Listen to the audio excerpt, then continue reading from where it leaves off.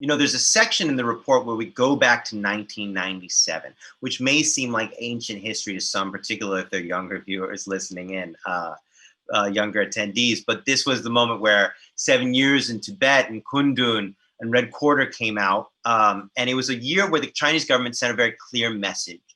If you make a film that the government does not approve of, they may punish the entire studio. They may punish the actors or directors involved in the film.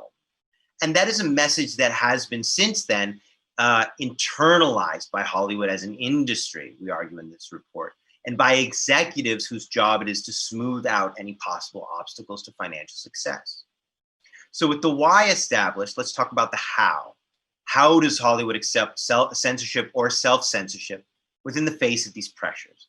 Well, they may cooperate with the censors by scrubbing lines of dialogue, by creating alternative or additional scenes for Chinese audiences, by removing shots or scenes at the censor's insistence.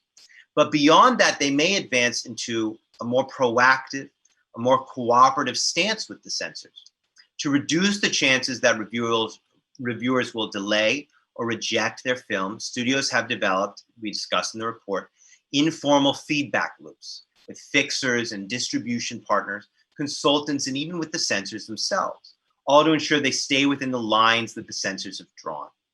Filmmakers may avoid, and by filmmakers I use the term not just to refer to directors, but executives and others involved in the film production process. But they may avoid certain topics or content, including sex, LGBTIQ issues, crime, violence, or portrayals of China that Beijing seems as negative.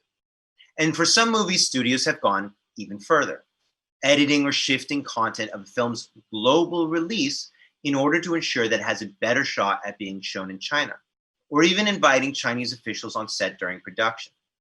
What this all means, we warn in this report, is that one of the world's greatest creative industries is increasingly allowing the Chinese government this sort of informal veto power from, at some point, in some situations, from the very beginning of the process over what stories it tells. I want to remind people that self-censorship is largely an invisible phenomenon. And ultimately, the great consequences of this attitude of cooperation with the censor has to do with the stories that will never be told. And at the end of the day, that's really our greatest fear in trying to address this phenomenon. That there are important stories in or involving China that deserve to be examined by a global audience that will never see the screen, because it may be so obvious to those who would otherwise write or direct or act in or produce them that such stories would never be greenlit. So to the point where no Hollywood professional will even propose them.